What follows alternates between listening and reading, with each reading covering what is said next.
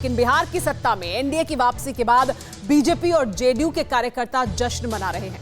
कार्यकर्ताओं के उत्साह में जोश भरने के लिए प्रधानमंत्री मोदी खुद सामने आए। उन्होंने कार्यकर्ताओं को धन्यवाद दिया। कोरोना काल में जमकर वोट करने के लिए लोगों का शुक्रिया अदा किया। पीएम मोदी ने साइलेंट वोटर का भी जिक्र किया। इतना ही नहीं, बिहार की जीत पर दिल्ली में बीजेपी हेडक्वार्टर में जश्न के मायने भी प्रधानमंत्री मोदी ने कार्यकर्ताओं को समझाए।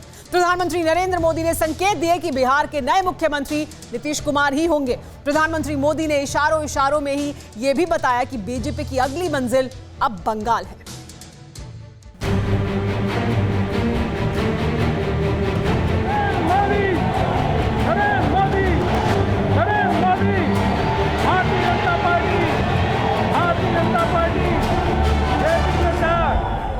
बिहार की बाजी पलटने वाला बाजीगर जब समर्थकों के बीच आया तो उत्साह कुछ यूं अति पर पहुंचकर इतरा रहा था।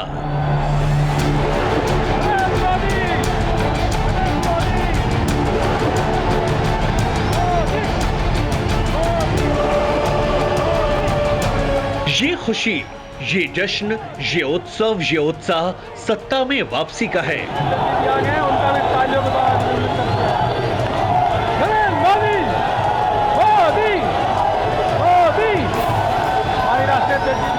बीजेपी दफ्तर के बाहर उमड़ी ये बेहिसाब भीड़ बिहार में चौथी बार सत्ता के शीर्ष तक पहुंचने की खुशी को आकार दे रही थी।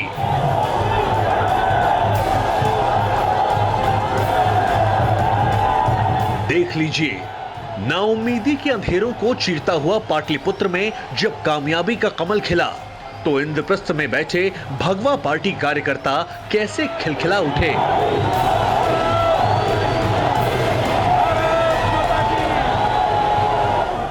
भाजपा ही एकमात्र ऐसी राष्ट्रीय स्तर की पार्टी है जिसका परचम देश के नागरिकों ने ही पूरे देश में फहराया है।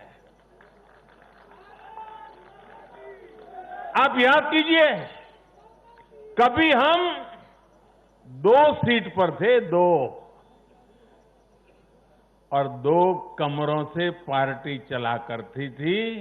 आज हिंदुस्तान के हर कोने में है।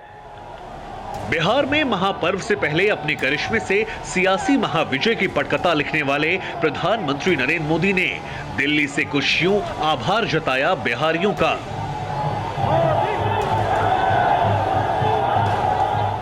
मैं आज धन्यवाद अर्पित करता हूं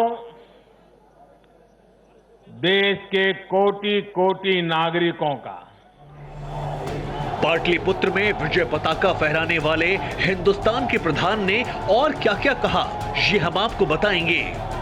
मगर उससे पहले कमल छाप पार्टी के कार्यकर्ताओं के उमंग को साक्षात्कार कीजिए।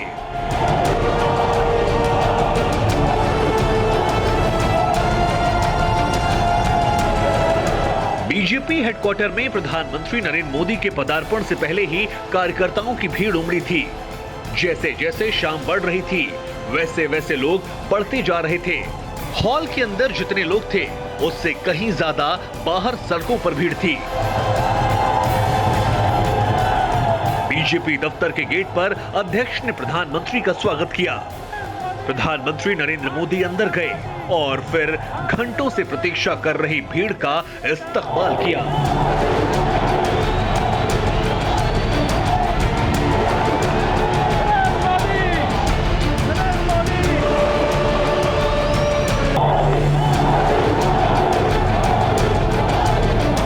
गणतंत्र की जननी की दहरी पर पॉलिटिकल पंडितों के तमाम भविष्यवाणियों को ध्वस्त करने वाले सियासत के सिद्ध साधक को सुनने के लिए लोग बेताब थे। मंच पर प्रधानमंत्री मोदी बैठे हुए थे, पार्टी अध्यक्ष बोल रहे थे और कार्यकर्ता मोदी मोदी के नारे लगा रहे थे।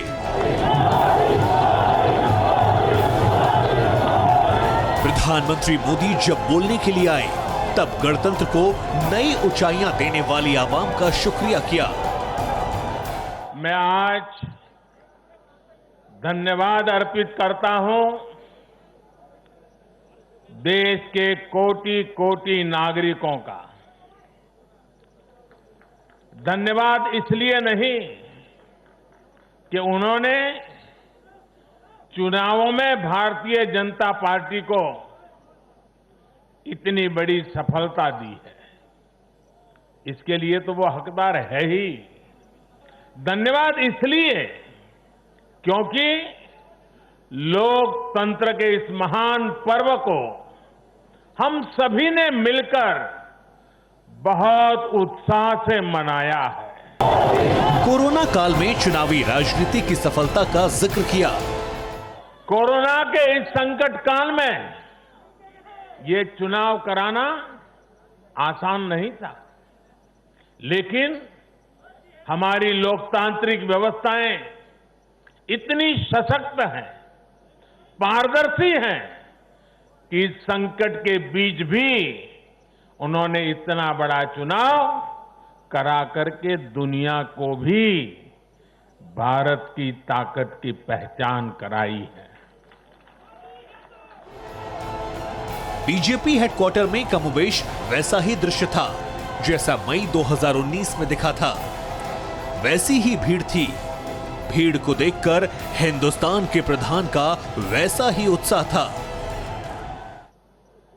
भाई और बहनों, कल जो चुनाव नतीजे आए उसका निहितार्थ बहुत गहरा है, उसके मायने बहुत बड़े हैं। लोकसभा चुनाव में जो नतीजे आए थे, ये उसका और व्यापक विस्तार है। प्रधानमंत्री मोदी ने समझाया कि इस बिहार चुनाव के मायने क्या हैं। ये सवाल उठता है कि एक सूबे में सत्ता की वापसी के बाद वो भी पूर्ण बहुमत से दूर रहने के बावजूद आखिर इतना बड़ा जश्न क्यों? तो इसे जरा कुछ यूं समझिए। 25 साल में पहली बार बिहार एनडीए में बीजेपी ने अपनी सहयोगी से ज्यादा सीटें जीती हैं। एंटी इनकम्बेंसी के बावजूद बिहार में एनडीए ने सत्ता में वापसी की है। बिहार में इस जीत का असर पड़ोसी राज्य बंगाल में भी होना है। यही वजह है कि बिहार चुनावों की जीत को व्यापकता देने के लिए खुद प्रधानमंत्री नरेंद्र मोदी कार्यकर्ताओं के बीच में थे।